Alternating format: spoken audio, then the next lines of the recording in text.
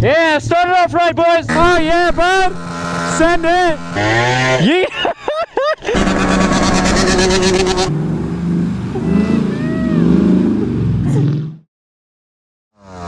Yeah, bud. What's going on, everybody? It's your boy, Brap Genius, back at it again. You know what to do out here with the homies. For anyone who's curious, yes, that is Matt in front of me. His dirt bike that he rebuilt, he didn't rebuild it right. He never did his transmission, and he lost third gear, so he's got to redo basically that whole bike. I'm out here with Smith today too, who I've not seen in, I see him, but I haven't ridden with him, guys, in literally like 4 years. So it's pretty cool to ride with him. Not with Corey, he's still learning his bike. Scott, obviously, you know, Sean's girlfriend's here and Scott's girlfriend's here. We're just gonna go out and, you know, just have some fun today. But yeah, so the topic for today, guys, is why you should not buy a cheap dirt bike.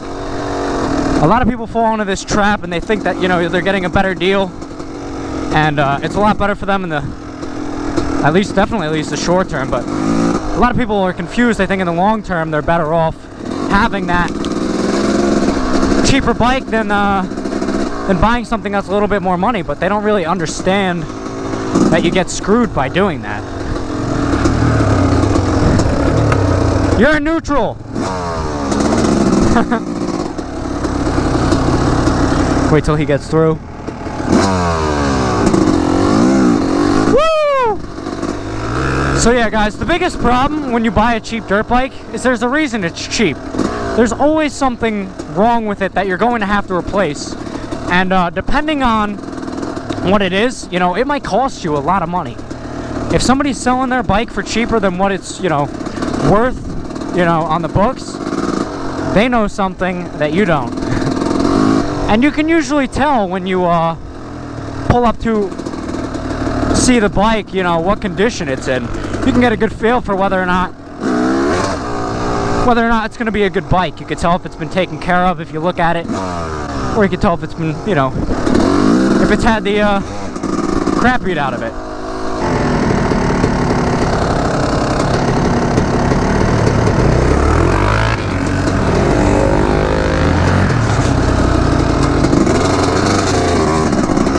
But yeah, guys, what I mean is if you could tell that the bike's not running right, you know, you might have something wrong with the carburetor, you know, the spark plugs might not be any good. You know, if it's running kind of weak, if it's a two-stroke, you might need a new top end. And, you know, they're not always going to tell you what's wrong with it. So they might just say, oh, it's riding fine, you know, you don't need anything for it. When in reality, you know, the thing is clapped. So while you might be saving yourself the initial investment of having to pay all that money, it doesn't work out for you in the long term.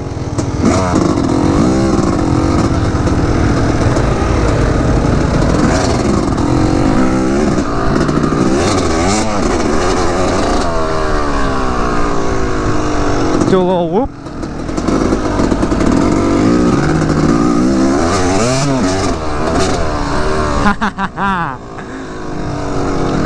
So yeah, guys, if you really think about it, you know, if you know how to work on your bike, it might not be a big deal. Or if you're someone that, you know, really knows bikes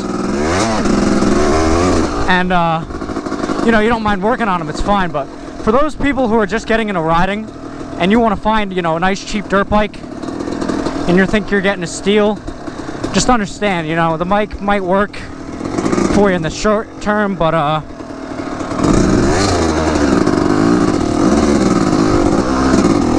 just know in the long term, you're probably going to have more problems with it than you would if you just bought, you know, a normal bike straight up. And that's the thing too, guys, is when you buy a cheap dirt bike, you end up missing a lot of riding time, because instead of spending your time riding, you end up spending your time fixing the damn bike. Which, if you're trying to learn how to work on bikes, it's not bad. But I mean, when you buy a bike, you want to spend your time riding it, you know? You don't want to be spending your time trying to fix it. Also, guys, the quality of the bike itself too, it sucks. So, I mean, you'll just tell the quality parts of the bike just are not in the same condition. Your clutch isn't going to feel as good, the power of the bike's not going to be as good, and like I said, down the road, you know, I know when I bought my first dirt bike, I cheaped out, and it really screwed me over in the long term. So, not only was I having trouble to learn because I'm on a YZ250 as a new rider in rocky trails, but the bike isn't even running right. So, it just makes it harder and harder for me to learn. You know, I cheaped out. I should have spent a little bit more money, gotten something in a little bit better shape, and I would have had more fun for sure. You know, my experience, I paid a little bit more money for my KTM 200 that I had, and that bike was flawless. I never had a problem with it. My YZ125 would literally foul plugs every single time I rode it. My KTM was just perfect. I never had to fix anything on it. Always had, you know, decent power. I felt like that bike didn't really have soul, but that was just my opinion. But I mean, it worked so much better than my YZ125 ever did. That's why I feel like you gotta pay the extra money to make sure you get something that's working. Hey, you want to go ride on the street? You want to go for a ride on the street? Nah, I'm just playing.